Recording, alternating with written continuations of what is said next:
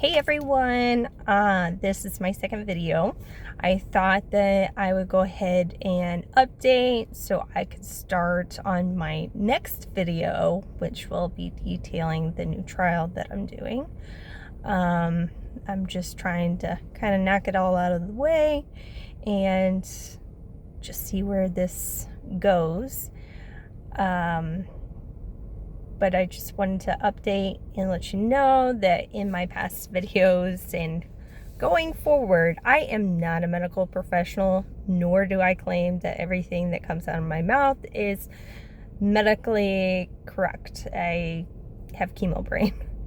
That is a real thing. Real thing. So just bear with me if I kind of screw up along the way or just say some things, because I am not editing things.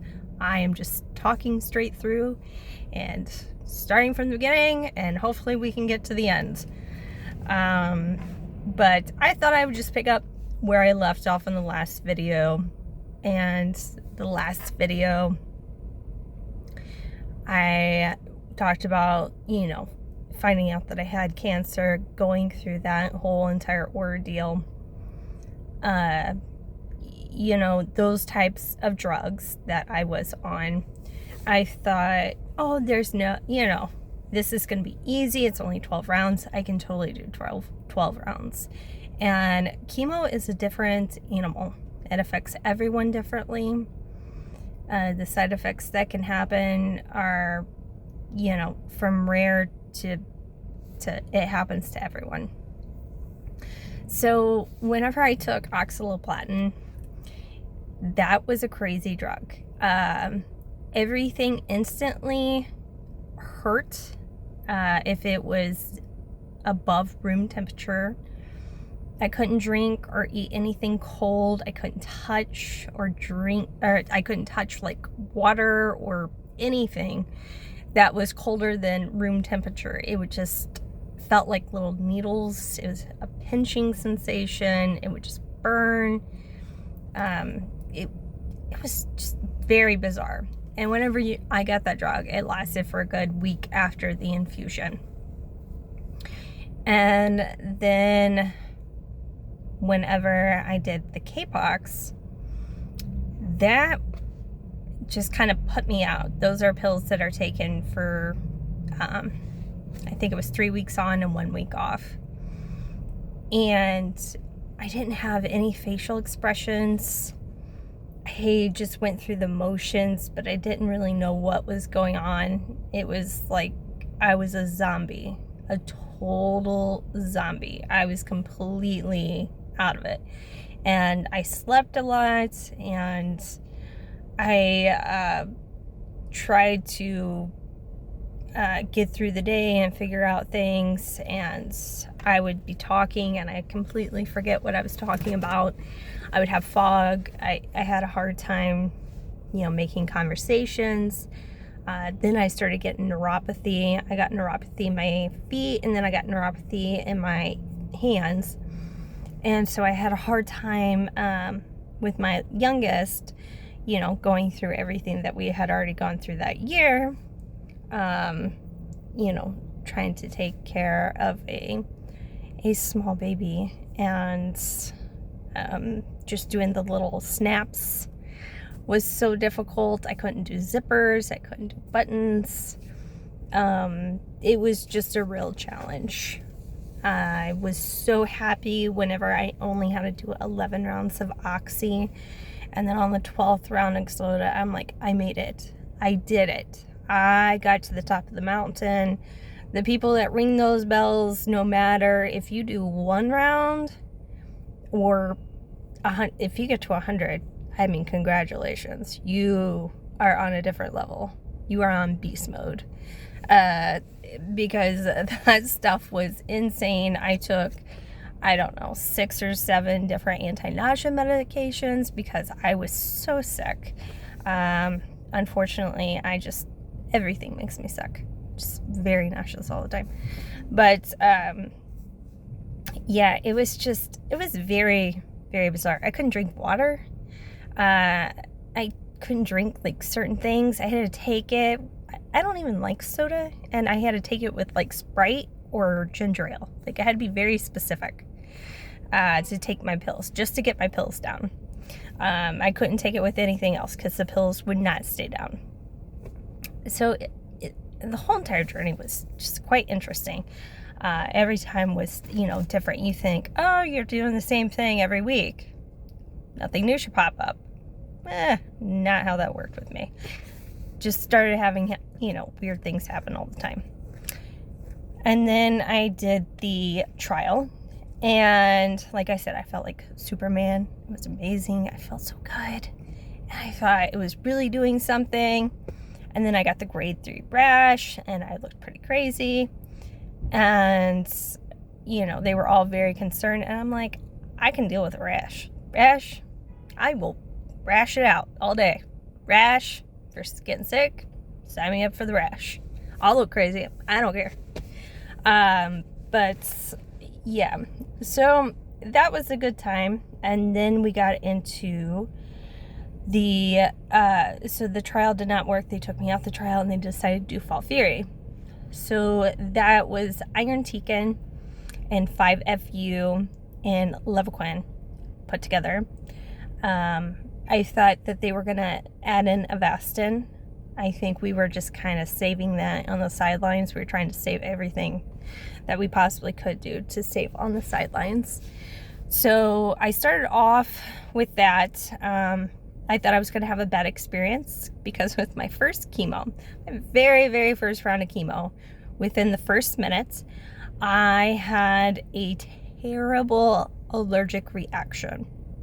So I had an anaphylactic reaction to Amend. It was IV form. And instantaneously, like, I kind of raised my hand and I was like, oh, whoa, like, this is pretty crazy. And I got my nurse to come over and I'm like, hey, what's going on? And she's like, you're as red as can be. Are you okay? And I'm like, I feel like my brain is swelling, my tongue's swelling. And so they instantly had everybody running over there. I thought I was going to get stabbed with an EpiPen. Lucked out. Just did a little combo of some prednisone, some Benadryl, and Pepcid. Who would have thought? But apparently that combo was enough to calm everything down, and then I started chemo. And unfortunately, I had a bad fallout. I got put into the hospital 5 days after my first round of chemo. I was very, very, very sick. Just everything imaginable. I was not even lucid. I was like wondering, is this it? Like, it was so bizarre. I'd be looking at the TV and like my eyeballs were looking at the ceiling, and I'm like, why am I looking at the ceiling? Like, I'm trying to look at the TV. Like, what is happening? And it took me a good couple of weeks to come out of that. But I still went and just kept doing the rounds of chemo and kept at it. And I tried not to let that experience hinder the rest of my time doing all this. Every time has been different. I did the Fall-Fury, so that was my second line of chemo. And that is a whole another animal in itself. The Irinotecan started to make me have issues where my eyes were very, very twitchy. Everything with me was very, I was shaking really bad, kind of like Parkinson's. And to combat that, they gave me another drug, and they had to give me at least 3 doses of that to kind of counteract everything else that was going on with the Irinotecan. And it was just a very bizarre time. So, and I took IV form of Compazine, and it used to not affect me like the first 10 rounds I think I did. I don't really remember anything being really memorable. Of course, I was sick, but I've always been sick, so that's not anything out of the ordinary. But once I started getting up into like 15, I had to really talk myself into it. Luckily, my dad took me to all my chemo appointments because I was so out of it.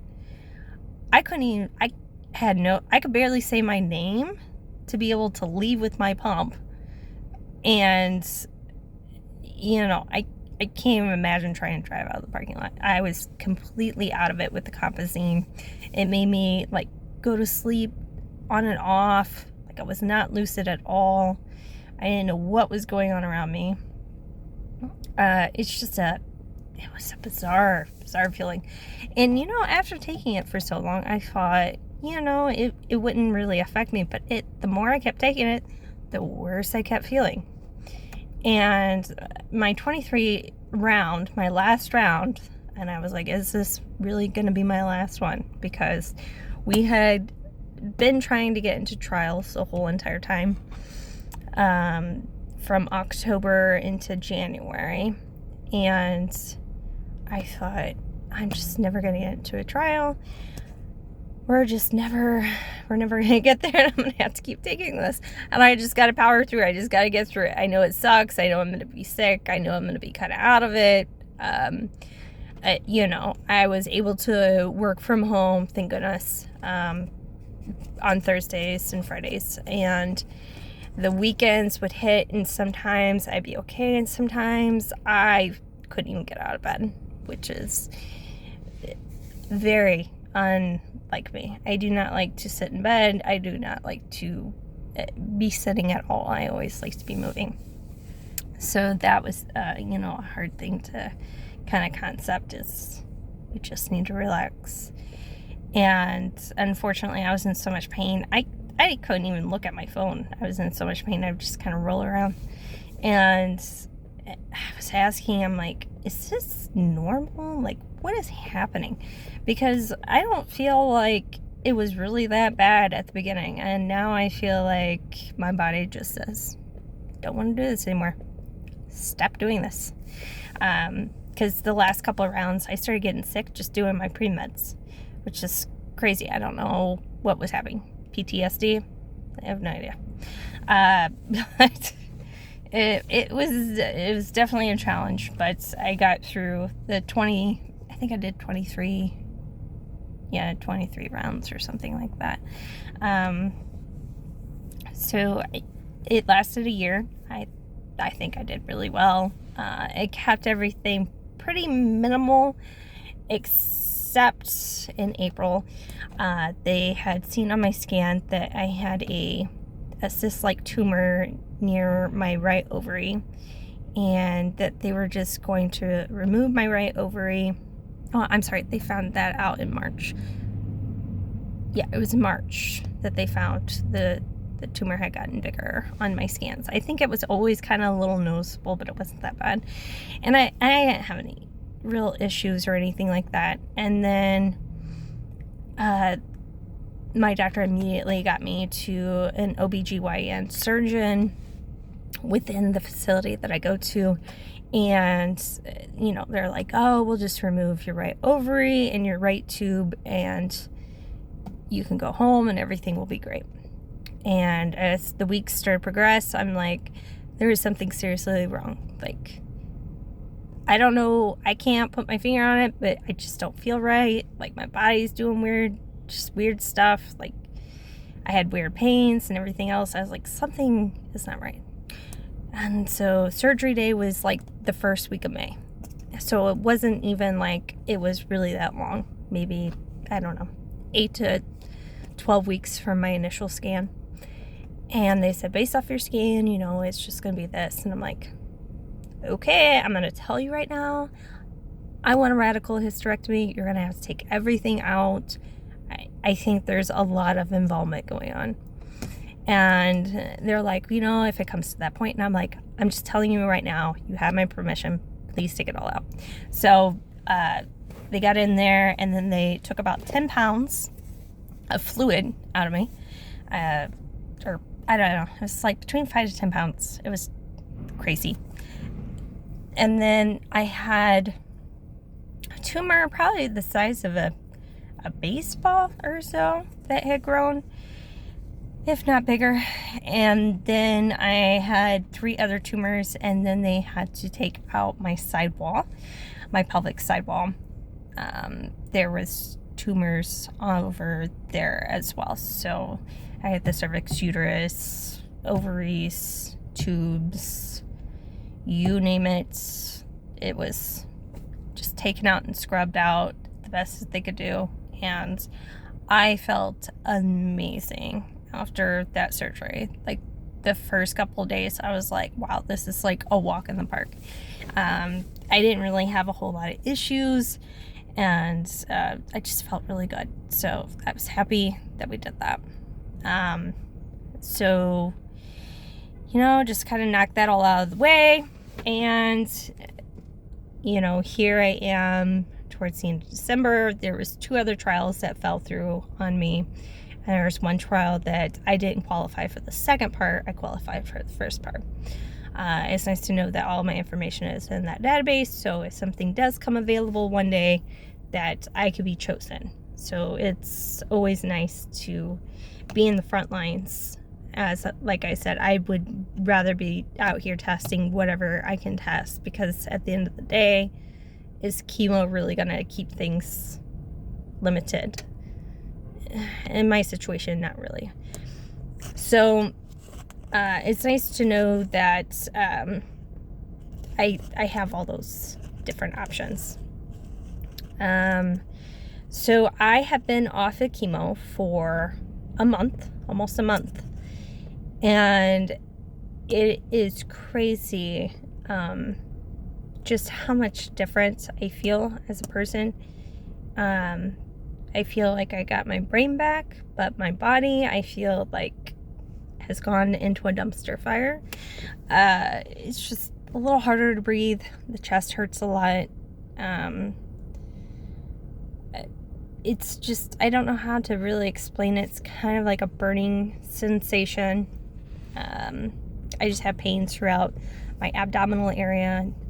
All my cancer is basically retroperitoneal. I have peritoneal implants. I have lymphadenopathy, just everywhere. It's all without my lymph nodes. It's, near my para-aortic. It's, there's like a little window. I can't even remember what it is. Oslo window or something. Up here in my chest, I have metasteel lymph nodes right behind my chest plate right here. I've got in bilateral top lobes of my lungs, I have several nodules, and then in my lower right and left, I now have more nodules. There isn't really a count. They range from 1.1 centimeters to 2.3 centimeters, so the size of a golf ball, essentially. I have a few of those in my lungs, so that makes sense why my chest hurts. And it feels like everything is ballooning out. I also have lymph nodes all in my neck, which I just did a neck biopsy. Woo! That would be my second biopsy in a year for the neck. And then I've had one in my back, by my lower lung area. That biopsy was a little difficult. They kind of had to give me extra contrast dye. I think they gave it to me 3 times. And if anybody has ever had any contrast dye, not super fun. Feeling like you have to pee yourself. But imagine doing that like 3 times within 40 minutes. I was like, is that even good for me? Like, I already do these things like every 6 to 8 weeks. But, yeah, so they pumped me full. They were taking me in and out. They were like, we're going to do this. We're not going to do this. We're going to do this. We're not going to do this. We're going to do this. So I was like, you know what? High five. Let's get this out of the way. So, they attempted, I think they got like 2 or 3 samples maybe, and then I had internal bleeding. So they had to call it quits. There was just too much bleeding. Luckily, they had got it to stop, and we just kind of went from there. So, yes, I had 2 major surgeries and 3 biopsies so far. So, not too bad, considering everything. I think I'm more fortunate than others so far. That's not to say that I haven't thought about doing more extensive, surgeries or traveling to other major cancer clinics in the US and even out of the country to different countries to try whatever might work in my situation. So,